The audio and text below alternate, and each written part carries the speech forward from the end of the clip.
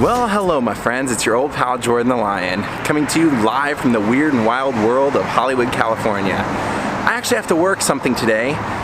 It's kind of a weirder job. Actually what it is a guy I know that creates new styles and new concepts for music videos has me come by, check out some different techniques or different things he's trying out, and to let him know what I think, whether I like them or not, or what I would change about the idea. So this should be actually pretty cool, and I decided to take you along with me.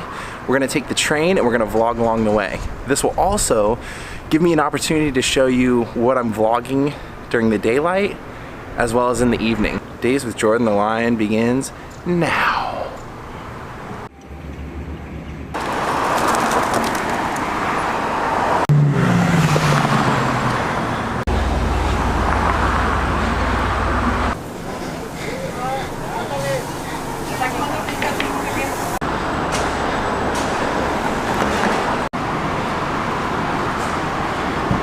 Now today's vlog will truly kind of be a day in the life, because I'm actually starting this video at like 3 in the afternoon. I just decided, I was like, why start in the morning? Let's just do what I would have to do if I were running an errand today. We'll do it that way, so be a little bit different feel today.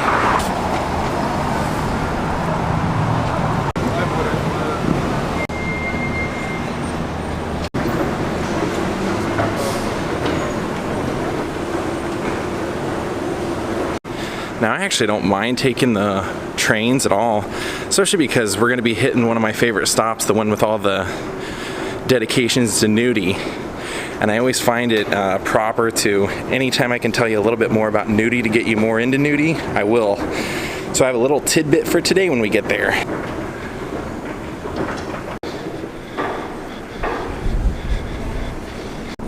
Looks like I have a good 15 minutes to wait anyway.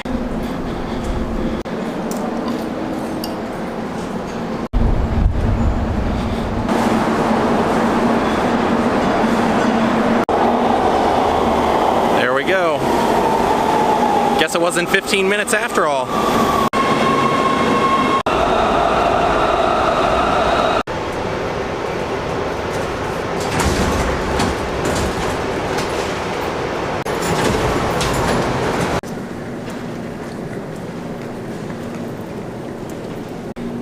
Now I'm pretty sure I mentioned in other vlogs that pretty much every metro train stop has a theme, and it's usually dedicated to something that's kind of historical near that block where the train is let off. It's not exclusively the nudies stop, but I call it that because, well, here's Amelia Earhart.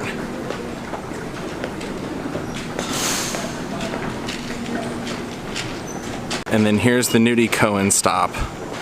Now, I know I've covered Nudie a billion times, everything from his grave to where the shop was located.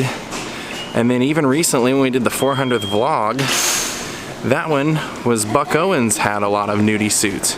So what I was going to tell you today is that if you needed one more reason to love nudie, he was also the man who tailored and designed the sheriff's uniforms that Andy Taylor and Barney Fife would wear on the Andy Griffith Show. That's why they look so spiffy in those outfits. Now this mural right here is very important because this is what we're gonna vlog today. The Portal Theater. But maybe it should be known as the Donald O'Connor Theater.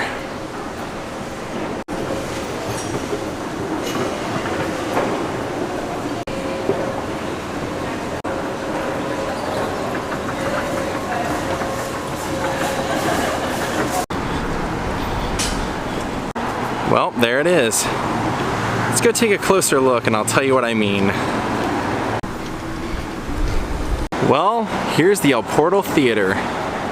Now, the reason that it's actually named after Debbie Reynolds is because apparently she used to live in this neighborhood when she was a little girl, and she used to ride her bike and come watch movies here, so they decided after her death, or maybe shortly there, right before her death, they decided to name it after her.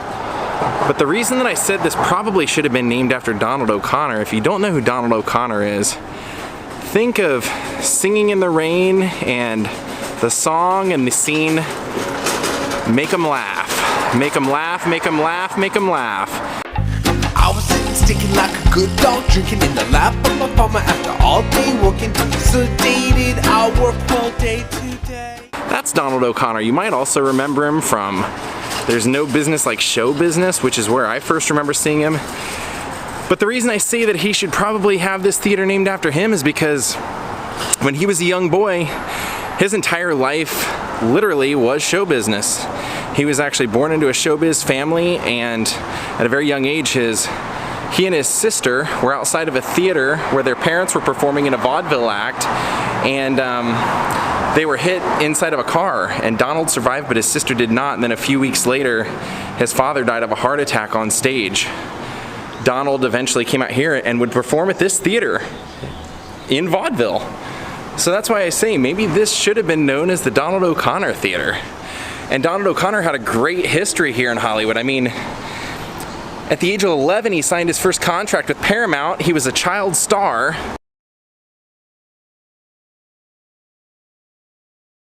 Even when he had done those movies for about 7 years into that contract, and they just realized, hey, you're probably a little too old to play those young roles, he ended up getting a contract across the city at Universal as an adult, and would go on to be in a ton of movies. Actually start out as kind of, not a bit player, but definitely a secondary in B movies, and he was so good with his dance numbers and his musical performances that they ended up turning some of his B-list movies into A-list movies.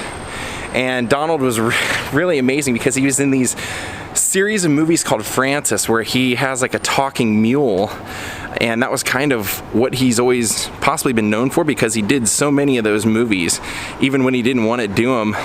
But it actually ended up costing him a little bit, because he was supposed to play opposite of Bing Crosby in White Christmas, and he got sick. He contracted some sort of disease from the mule and wasn't able to make the movie. Now, he was, like I said, he was in Singin' in the Rain, which is, good grief, that's an amazing performance.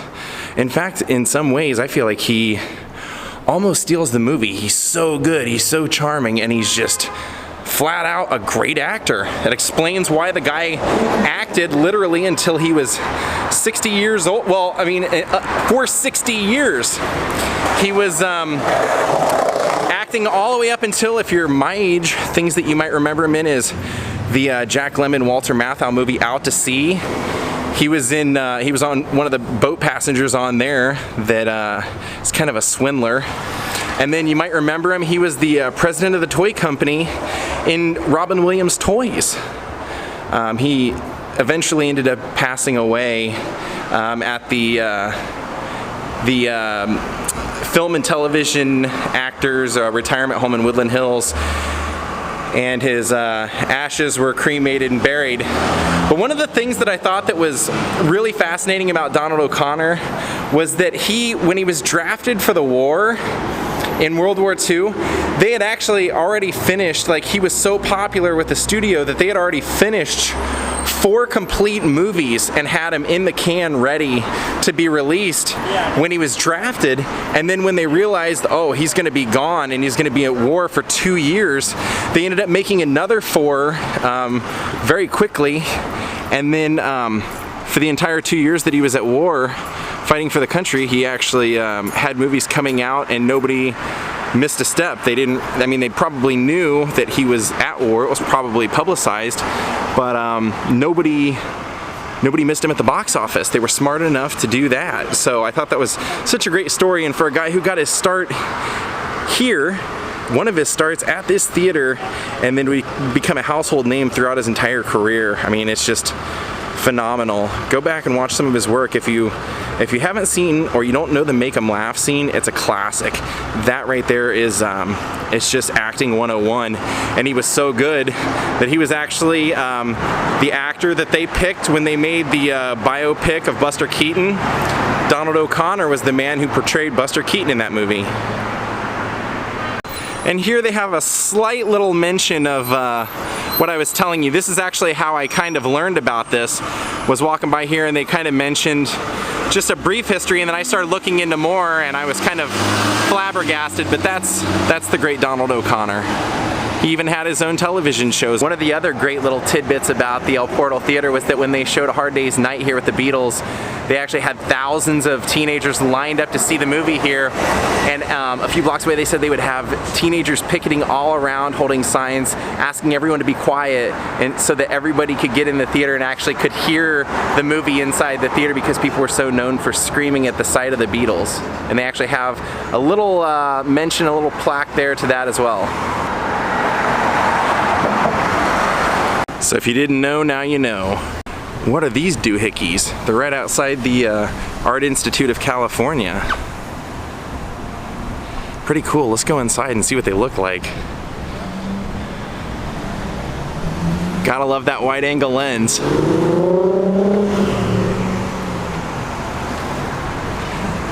Oh, we gotta check out this building as well. And it's not just this building, it's the whole string of them. I'm sure it's an office building of some sort, but I hope to gosh it's a apartment building that somebody lives in.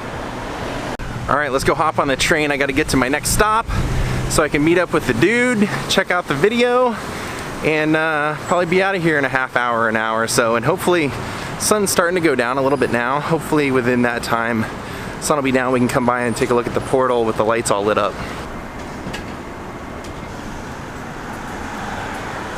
Well, I obviously can't take you guys in because it's a private thing, but I'll take you on the next little train ride over to there, and then we'll see you afterward. What the heck is this? Is that a bird?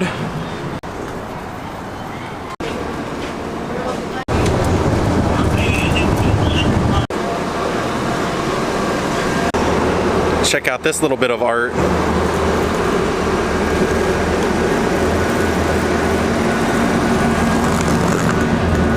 It's actually supposed to have to do with that.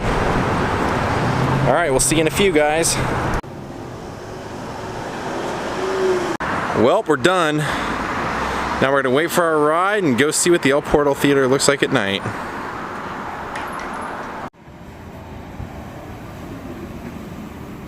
And there it is. Let's go take a closer look. Nice. They need to replace this chunk right there. The neon lights are out, but other than that, it looks pretty fancy, doesn't it, guys?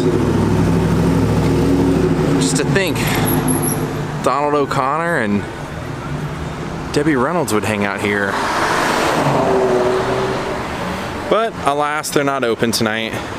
But at least you can kind of see what's inside.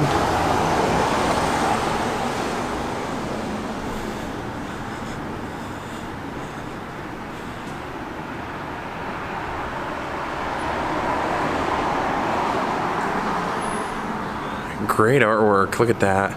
That's an engraving on the wall. And now showing musical about James Cagney. Now let's head home and go see the Joster. You guys haven't seen him yet today. All right, let's get out of here.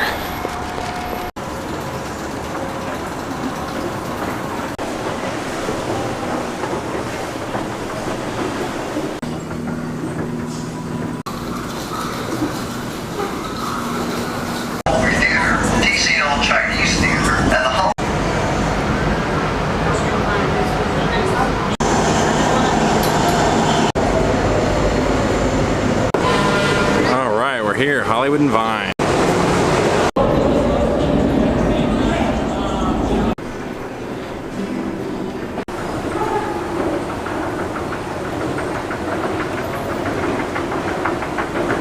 Thanks for the ride, Metro. Now let's go see Ja before we call it a day on the vlog.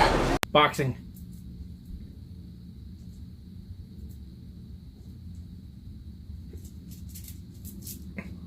Give me that tail. Give me that tail.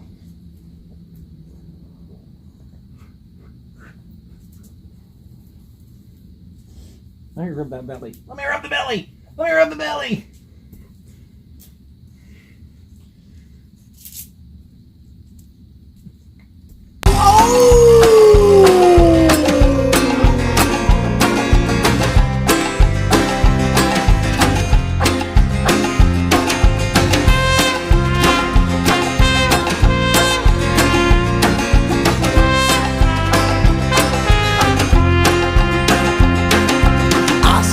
remember the day I stopped smoking, binge drinking, and backslap joking. I dreamt